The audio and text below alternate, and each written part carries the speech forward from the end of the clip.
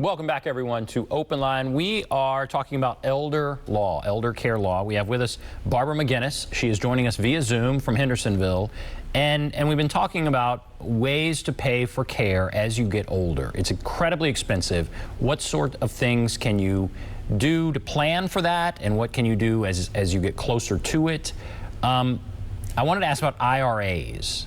How do you use IRAs to help pay for this type of very expensive care? What are your thoughts? So it is very common for the boomer generation that's coming to see us now, that may be starting on that care continuum or even older, that they have invested a lot into their retirement plans in these qualified accounts like IRAs. We hear that as an adult. Invest in your IRA because it's tax deferred money, right? You put it in there and I don't have to pay taxes on it today. And they're very protective of that IRA because they worked hard for that. And they're a little scared about using it. They take out their required minimum distributions. We call those RMDs because that's what the government makes you take out each year.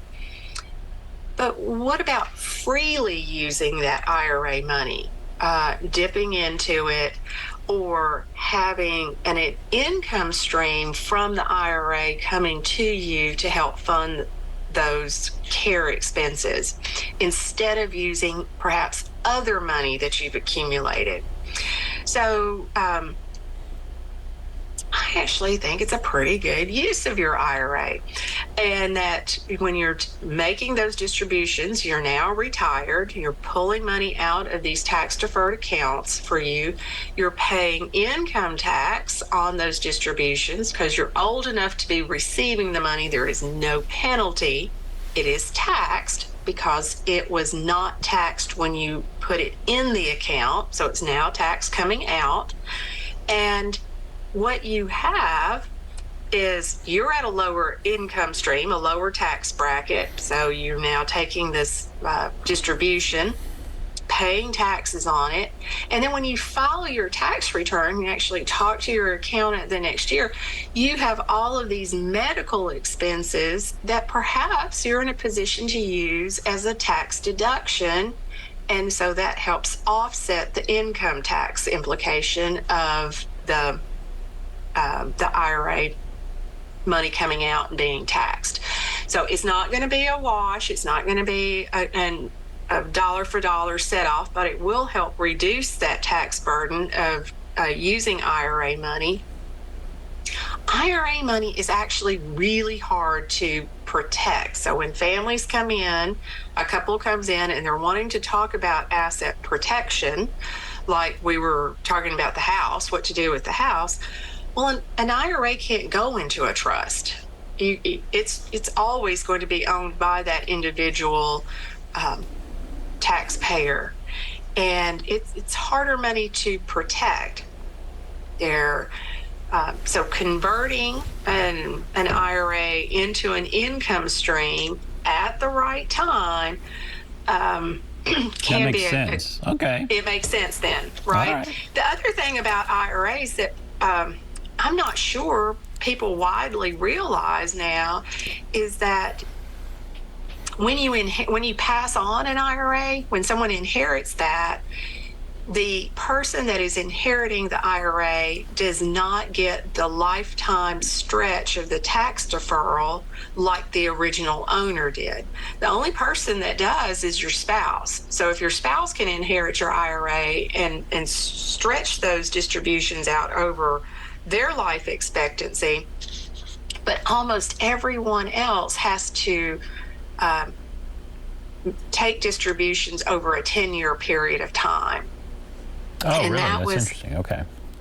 That rule was, I think it was passed Congress in December of 19 and maybe went into effect January of 2020. Was supposed to be big news in 2020, was drastically overshadowed by COVID. So people were more worried about staying alive than how long they needed to take their IRA out, So. All right, let's go to the phones. Let's go to Wilma. Hello, Wilma. Hey, Hey, y'all. Hi, what's on your mind, Wilma? Well, Miss McGinnis, I have kind of a question that has two parts to it. The first part kind of leads into the second part. But say I had a trust set up, and my beneficiary, that would be the sole beneficiary of my trust, and who was also my named executor, dies before me. Is that difficult to get that set up again? Is it just as expensive as an initial trust? Is it the same price all over again? And then say I have no other beneficiary and I go to you guys and set you guys up as administrator, and say after a few years I don't want you to be my administrator anymore. Can I transfer that to another company or another lawyer in another state? Is that difficult to do and just as expensive? I'll stand by here and see if you understand what I'm trying to say. Do you understand that? I think I'll take a stab at it. Okay, I'm gonna put you off here so you can hear. Okay, so all right, now Wilma is listening, and so answer that question. She has a trust. Okay. She has a trust. It sounds like someone else is named as the trustee. The parties to a trust, just for folks that do not know, we talk about the person that establishes the trust and whose assets are transferred into the trust. We talk about that person being the grantor or the trustor. The person that manages the trust is a trustee. They're the worker bee that's taking care of the trust asset and administering the trust. And then the beneficiary is the person for whom, or persons that the trust was set up intended to benefit. So she has a trust, sounded like she had a trustee / administrator that's passed away and she needs that person replaced. Or the beneficiary of the trust dies. It sounded like the beneficiary died before she did. Oh, so then she just needs to do an amendment to the trust. If it's an irrevocable trust, it'll be a little harder to amend. If it's a revocable trust, then she, as the grantor, still has the right to amend the trust to name new beneficiaries. So she can amend it. That's pretty easy. Mm-hmm. And she can amend it as often as she wants. She could amend it. She could have some law firm take it over, and then it could go to somebody else. She can amend it often. But see, that's when she was talking about the law firm being the administrator that made me think the trustee died. Maybe both people died. Yeah, maybe the trustee died and the beneficiary died. And certainly a trust will not fail for the lack of a trustee. There are always remedies to appoint or name a new trustee, even if we're talking about an irrevocable trust. And then we can name new beneficiaries. She used the term sole beneficiary in there, and that is a unique and telling phrase, that the sole beneficiary is usually, then we're talking about a special trust. Okay, all right. I hope that answered Wilma's question. I think it did. Sure. The phones are. I mean, she can call back. Call back, Wilma. If that didn't answer it, call right back. But all right, so good. And then, so just the whole idea of trust. How often do you use them? Almost every day. Because there's all kinds of different trusts, and they can do so many different things depending on someone's goals for their estate plan.